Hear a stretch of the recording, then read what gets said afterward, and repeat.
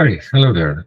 Welcome to this presentation about the Zadok Calendar, more precisely about the question whether the spirit of the antichrist, abbreviated as AC, is present in the Zadok Calendar. That's quite a serious thing, if you think about it. Okay, my name is Jan van den Berg. I live in the Netherlands, and I studied this calendar for quite a while, and I'm trying to follow it.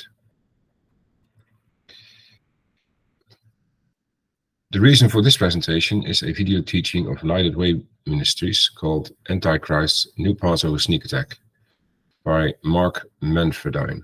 I hope I pronounce his name correctly. In this presentation, Mark claims that the Zadok calendar makes us lose the meaning of the Passover lamb being Yeshua. Before I discuss that, I would like to make clear that I have no intention to judge any person at all, including Mark, of course. I'm only testing what is said and how it is said. In fact, I never heard of Mark and his ministry before I saw this video. So what I will say about his teaching doesn't cover his other teachings or their other teachings that might in fact be quite interesting, like the series about the stars. I do not represent any of the ministries mentioned in the teaching we're about to discuss. I can just share what I've learned at a personal level.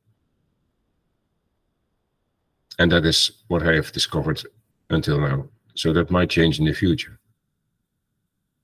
We always have to be open to what Yahweh is telling us. Okay, what will I discuss then? Well, first of all, in how far does Mark represent the Zadok calendar in a correct way, in a complete way also? What are the main objections? What are his main concerns mentioned in his teaching? And do we indeed have a problem? Yeah, so here's the agenda again, 3 items. So we start with the Zadok calendar itself. What is it, and does Mark represent it in a correct way? Well, Mark's presentation contains a few slides on the websites he studied, and this is one of them. Torah is Light. I'm quite familiar with that site, and I think it's great. There's a lot of information about this calendar. Mark is also quite honest about the pros of this calendar, and one of the big pros, one of the great advantages of the Zadok calendar over the traditional Jewish one is that it results in fixed dates for the major festivals. So you never have to worry whether a festival could fall on a Shabbat. Also, Passover is always on a Tuesday. The reason for that is that the Zadok calendar starts the year at a Wednesday. So the 1st of Aviv is always on a Wednesday, meaning that the 15th of Aviv is also on a Wednesday, implying that the 14th of Aviv is of course always on a Tuesday, and the 14th of Aviv is Passover, is Pesach. Mark also shows some basics of the calendar listed here. So he's saying that the Zadok calendar always starts on a Wednesday, and after the first Wednesday after the vernal equinox. So then the year starts, and like I said, the feast days are always on the same day of the week. Pesach is always on a Tuesday. Months have nothing to do with the moon, but are 30 or 31 days long, and it's even provable that the rabbis kept a different calendar in the time of Yeshua, and that calendar was false. Okay. Quite some information. Is it correct? Well, I think so, but I don't think it's complete. Mark does not discuss the number of months per year.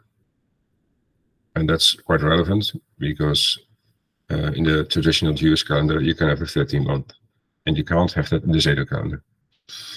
He also does not mention the date of first fruits of barley, nor the dates of the main festivals, the sources for the calendar, and there is no mention of the Dead Sea Scrolls either.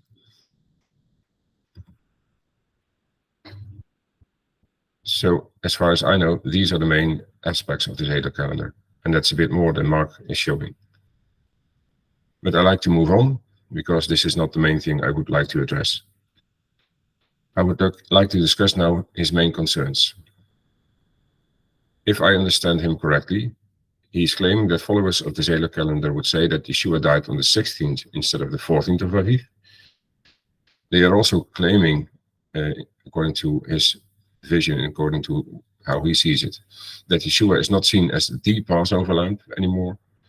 And well, the Passover lamb is then even not seen as a sacrifice anymore. So Yeshua wasn't a sacrificial lamb anymore. Here you can see one of his slides showing the first two concerns. So that he did not die on the 16th, sorry, did not die on the 14th, but on the 16th, and that he was not the Passover lamb. Here a slide discussing the first concern, that he did not die on the 14th. And here another slide on the second concern, that Yeshua would not have been the Passover lamb anymore. And here Mark labels that as a sneak attack of the spirit of the antichrist. This is a slide that Mark showed in his presentation to make clear that the Passover lamb is indeed a sacrifice. The text from Deuteronomy 16 verse 2 and 5 verse 6. And according to Mark, Yeshua fulfilled that. So he was the Passover lamb. This is the way he sees it.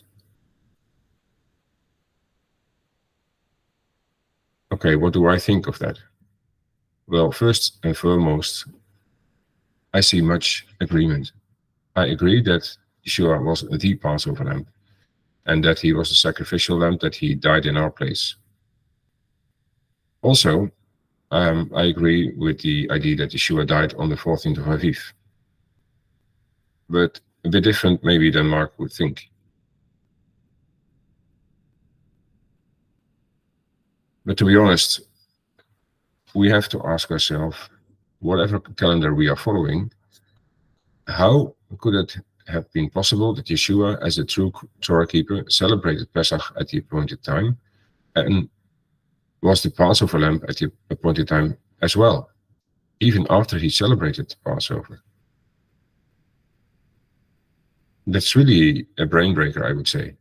You have to find a solution for that. And the solution is not as promoted, for instance, by 1IT Ministries, that he wasn't celebrating Passover at all with his disciples, was just having a final meal. I don't think so.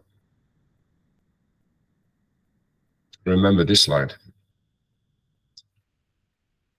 But point 5 was not discussed by Mark. Point 5 being that it is provable in Zadok Calendar that the rabbis kept a different calendar. And I will show you how that could have been possible. It's just the way I see it. I can be wrong, of course. And I hope you can see it in this table that Yeshua is following a different calendar, a calendar in which a day starts in the morning. I will address that later on in this presentation. And then you can see that according to that calendar, he celebrated Pesach in the evening of the 14th of Aviv according to his own calendar, and was the Passover lamb on the day of the 14th of Aviv of the traditional calendar. Yeah, it's a bit confusing because a day according to the Jewish calendar starts in the evening. But okay, after that starts, so when we have the real day with the light, then he died. But still on the 14th of Aviv according to the Jewish calendar.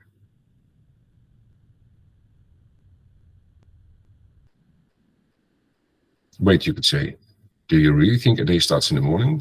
That's something we thought was true when we were not in the Messianic movement, when we maybe were still in the church, or this is a worldly idea. I can understand all those reactions. I had that myself. I really had to think about this very, very well before I changed my mind. I also was used to the idea in the Messianic movement that a day starts in the evening, but I can't believe that anymore. Just look at the first chapter, the first book in the Bible, Genesis 1, verse 3 to 5, where it is written, "Then God said, let there be light, and there was light. God saw that the light was good, and God divided the light from the darkness. God called the light day, and the darkness he called night. So there was evening and there was morning one day. I included the Hebrew words for light, day, evening, and morning between brackets. So, as far as I can see it, when a day starts according to the Bible, a day starts with sunrise.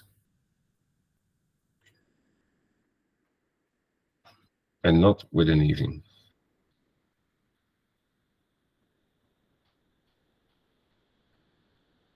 Because if a day would start in the evening, we have problems. Why would God call the light day if a day starts with darkness? Please try to explain that. I can't see it anymore like that. And if a day would start in the evening, we cannot say that a day ends in the morning. Why not? Well, if a day only ends after the evening and the morning, we either have the first table that I'm showing here, the first picture.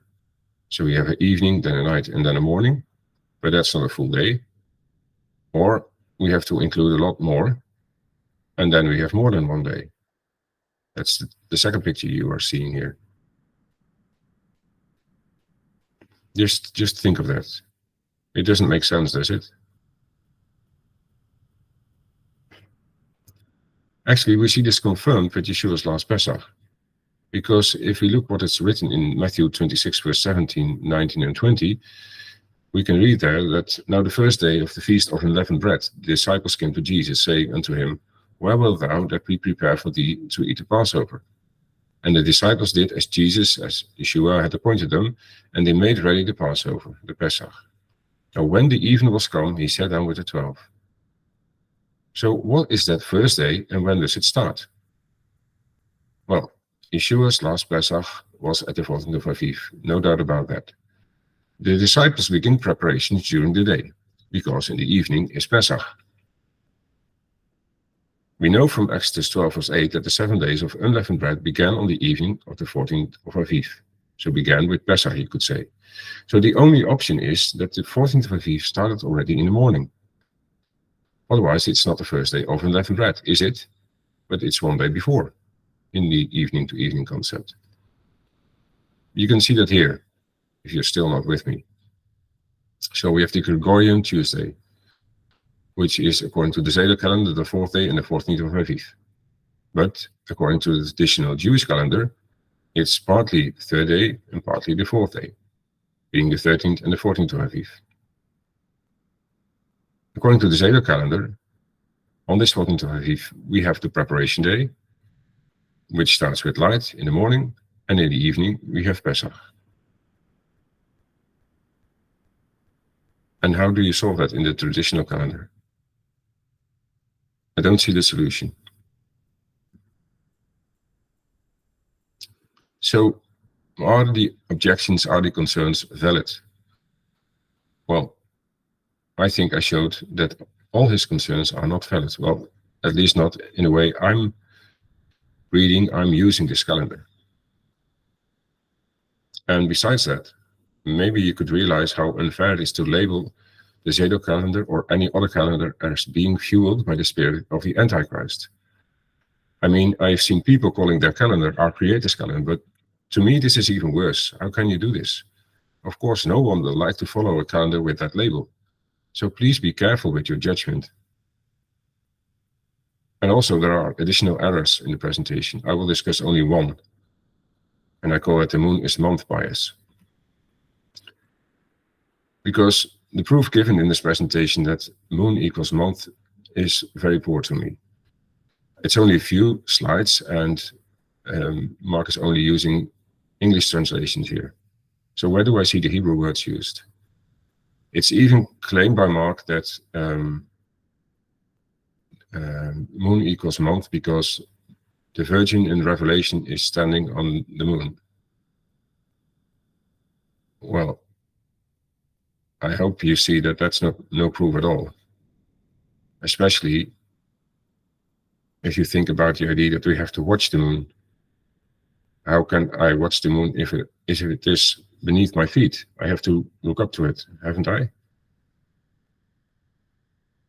So yeah, to me, the proof for that was quite poor. Of course, I agree that the moon has a role in the Moedim.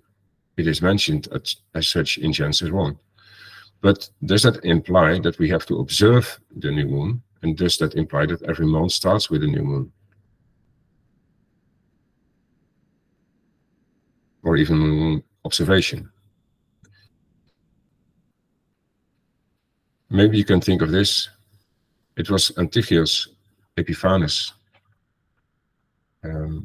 Antiochus Epiphanes, that said that we should observe the moon. It's not written in the Bible. Also not in these verses I'm showing here. I will not discuss it here. You can find it in my presentation, one of my teachings on the Zadok Calendar. But what I will do is check with you the word that is used for a new month and the word that is used for moon. And I also will show a verse from Jubilees in which we are warned not to observe a new moon. So first, the Hebrew word for month and moon is totally different. So the word for month is Chodesh. The word for moon is Yariach. And the word Chodesh is translated as month for 254 times, and only 20 times as new moon. And okay, but according to me, that's a mistake. And just check the Bible verses I mentioned and see which word is used here. Jubilees warns us not to observe the moons, for there will be those who will assuredly make observations of the moon, how it disturbs the seasons and comes in from year to year 10 days too soon. And indeed, that did happen, since 364 days minus 354 days, used in the traditional calendar, is 10. And the 364 days, remember, are used in the Zadok calendar. So indeed, it will come 10 days too soon, and they will confound all the days, the holy with the unclean, and the unclean day with the holy, for they will go wrong as to the months and Sabbaths and feasts and jubilees. This is written in Jubilees 6, verse 36 and 37. So the conclusion with respect to the moon is that we have two different Hebrew words here. And in fact, nowhere in scripture do we read new moon, being Rosh Yeriach.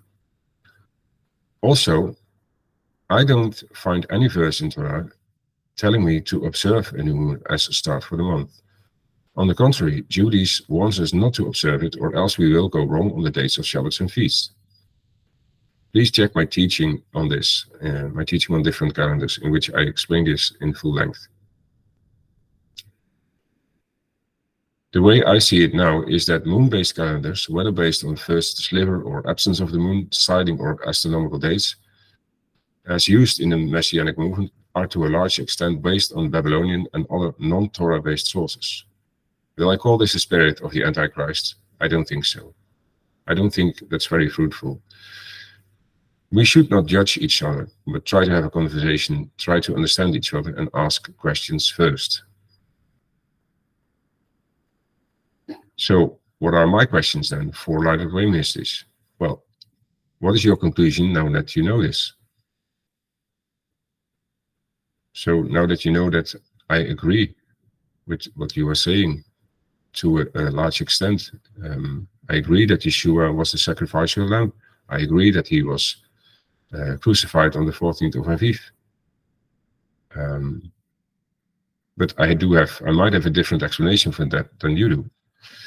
But maybe you could try to study the Zadok calendar a bit more, because I have the impression that you are missing some crucial information here. Sorry. And thirdly, what is your solution to the dilemma I mentioned earlier? Yeshua fulfilling Torah on the same date as he celebrated Passover. I'm curious to find out. Okay, this is my last slide. So if you want to know more, or if you want to comment, please send me an email at avivalef@gmail.com. And you can also leave a comment in the comment section here on my channel. Thanks for watching. Take care. Shalom.